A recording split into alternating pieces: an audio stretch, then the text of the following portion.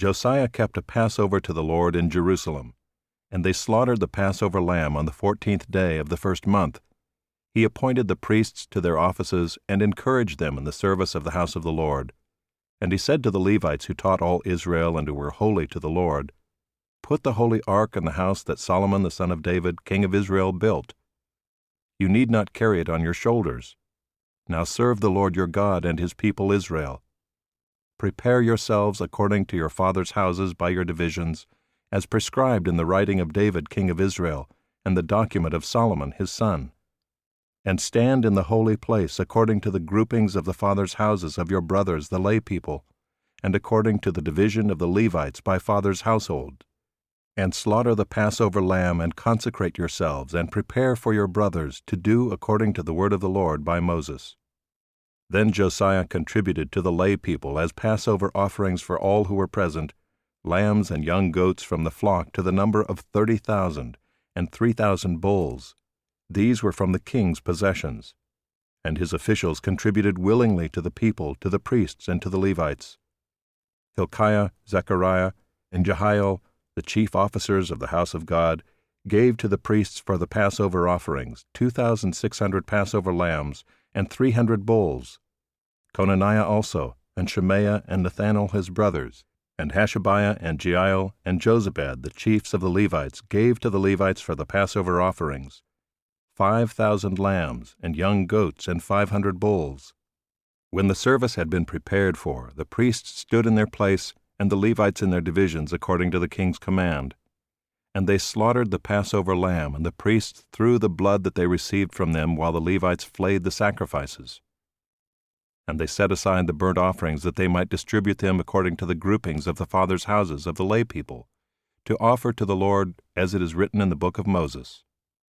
And so they did with the bulls. And they roasted the Passover lamb with fire according to the rule, and they boiled the holy offerings in pots, in cauldrons, and in pans, and carried them quickly to all the lay people. And afterward they prepared for themselves and for the priests, because the priests, the sons of Aaron, were offering the burnt offerings and the fat parts until night. So the Levites prepared for themselves and for the priests, the sons of Aaron.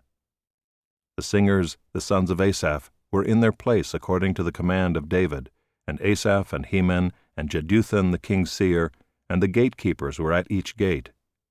They did not need to depart from their service, for their brothers the Levites prepared for them.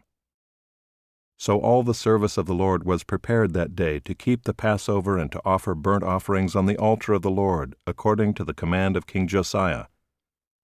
And the people of Israel who were present kept the Passover at that time, and the feast of unleavened bread 7 days. No Passover like it had been kept in Israel since the days of Samuel the prophet. None of the kings of Israel had kept such a Passover as was kept by Josiah, and the priests and the Levites, and all Judah and Israel who were present, and the inhabitants of Jerusalem. In the 18th year of the reign of Josiah this Passover was kept. After all this, when Josiah had prepared the temple, Necho king of Egypt went up to fight at Carchemish on the Euphrates, and Josiah went out to meet him. But he sent envoys to him, saying, "What have we to do with each other, king of Judah? I am not coming against you this day, but against the house with which I am at war. And God has commanded me to hurry. Cease opposing God, who is with me, lest he destroy you." Nevertheless, Josiah did not turn away from him, but disguised himself in order to fight with him. He did not listen to the words of Necho from the mouth of God, but came to fight in the plain of Megiddo. And the archers shot King Josiah. And the king said to his servants, "Take me away, for I am badly wounded." So his servants took him out of the chariot and carried him in his second chariot and brought him to Jerusalem. And he died and was buried in the tombs of his fathers. All Judah and Jerusalem mourned for Josiah. Jeremiah also uttered a lament for Josiah, and all the singing men and singing women have spoken of Josiah in their laments to this day. They made these a rule in Israel. Behold, they are written in the laments. Now the rest of the acts of Josiah and his good deeds according to what is written in the law of the Lord, and his acts, first and last, behold, they are written in the book of the kings of Israel and Judah.